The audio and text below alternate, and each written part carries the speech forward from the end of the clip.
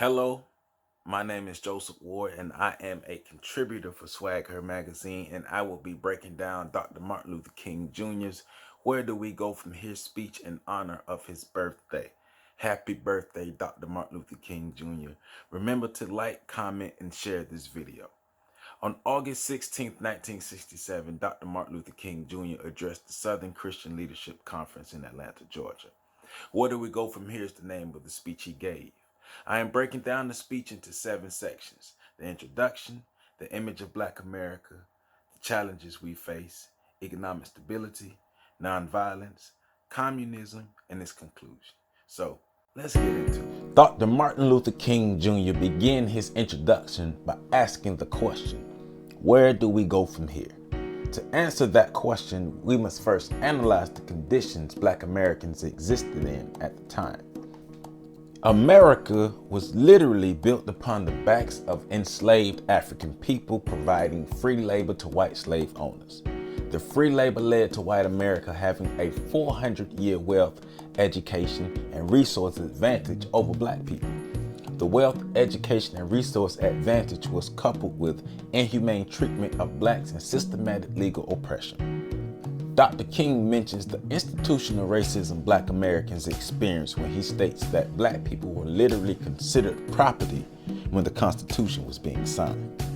He explained impoverished conditions, inequality, a maldistribution of essential resources needed to survive, and an education that reinforced the idea that white Americans were superior to Black Americans. How do we move on from our uncompromising conditions is the question he is asking.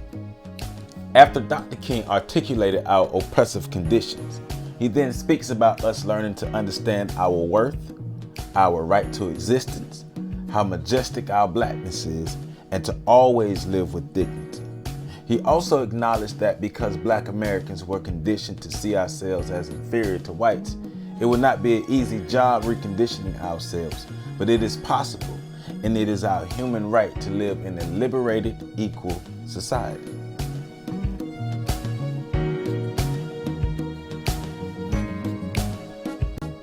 Dr. King explains how the American educational system used propaganda to create negative images and ideas of Black Americans. We were taught that we were less than human. White Americans were taught that they were infallible and superior to Blacks. Every word that is associated with Blackness of any type is deemed negative. All words associated with whiteness are deemed positive or even godly. The same English language that was forced upon our ancestors was infused with negativity for Black Americans. No matter how much information we consume, subconsciously we still believe we are inferior to whites. He quoted, "The tendency to ignore the Negro's contribution to American life and to strip him of his personhood is as old as the earliest history books and as contemporary as the morning's newspaper." He knew that if we continued to be denied information about our history and greatness, we could be taught an alternative history that keeps us oppressed and depressed, waiting to be saved by white Americans. He also understood that neither the Emancipation Proclamation or the Civil Rights Bill would put an end to white supremacy. To truly be free, we would have to claim our own liberation because our oppressors would not liberate us. Once we learn who we are and how great our Blackness is, we become a formidable opponent to our oppressors.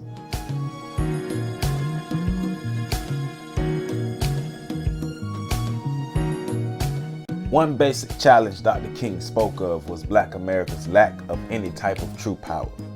Any positives that Black America created was either taken or destroyed by white America. Not only are we powerless, but we are voiceless. It is difficult to change our conditions if we don't have the platform to tell others the extent of our conditions. White America is consistently making destructive decisions for Black America. Dr. King states that true power is the ability to create social, political, and economic change. It forces your oppressors to submit to your demands. He understood that we must have power, but we also need leaders competent enough to seize power without compromise. If our leaders are only concerned with personal gains, most of us will continue to suffer, and only a false sense of power will exist amongst those leaders. Dr. King goes on to explain how love and power are depicted as opposites but are truly one and the same. He believed that love and power can coexist, and when they do coexist in a competent manner, we can have a society that sees equality as the norm. He quoted, "Power without love is reckless and abusive, and love without power is sentimental and anemic. Power at its best is love implementing the demands of justice, and justice at its best is power correcting anything that stands against love. With love, we can organize ourselves into a powerful people capable of controlling our own destinies, capable of protecting ourselves from our enemies, capable of gaining economic power, capable of gaining political power, and capable of building a progressive nation of Black people."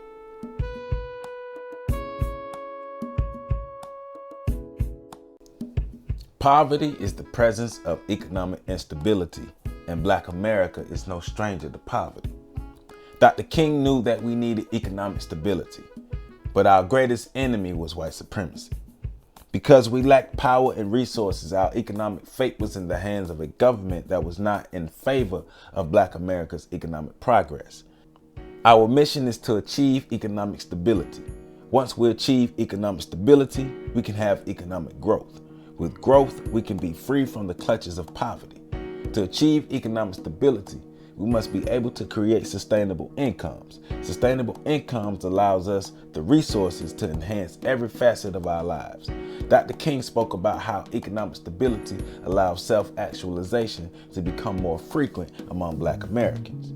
He concluded this section by criticizing the American government for its frivolous spending on endeavors considered more important than eliminating poverty, especially when they actually have the funds to eliminate poverty.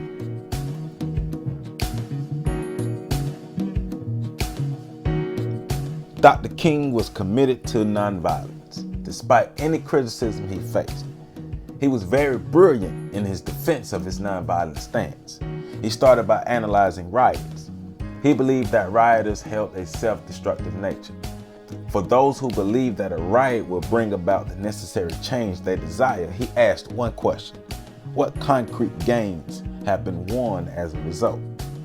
He believed riots only brought about minimal results, incapable of improving the condition of Black America.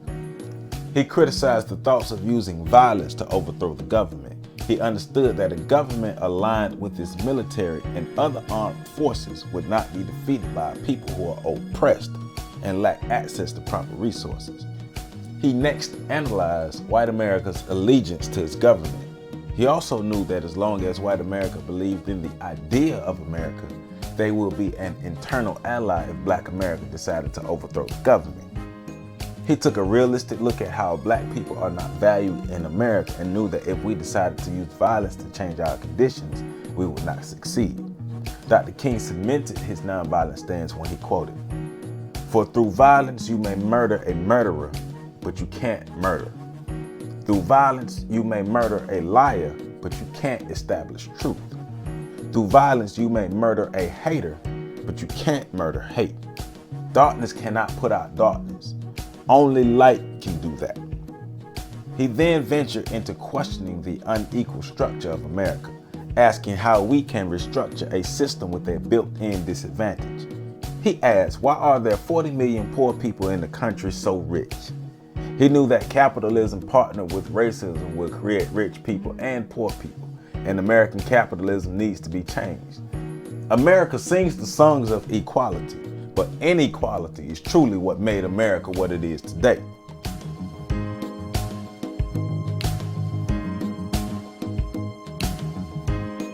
To those who believe that Dr. King preferred communism over capitalism, he broke it down for them so it can forever be broken.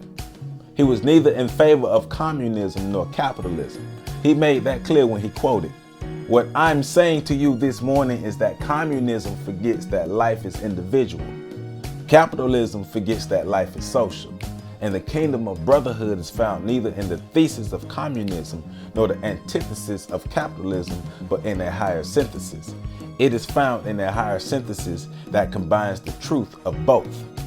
He stated that war, racism, and economic exploitation were interrelated. Racism opens the door for economic exploitation, which leads to money that funds wars. He used a conversation between Nicodemus and Jesus to explain how the soul of America has become more and more corrupt over the centuries and needs to be born again. Black people have been devalued so much that America sees us as objects or even less than an object. We have been enslaved, exploited, persecuted, oppressed, and dehumanized, all for the economic gain of America. He stated once again that it is time for America to be born again.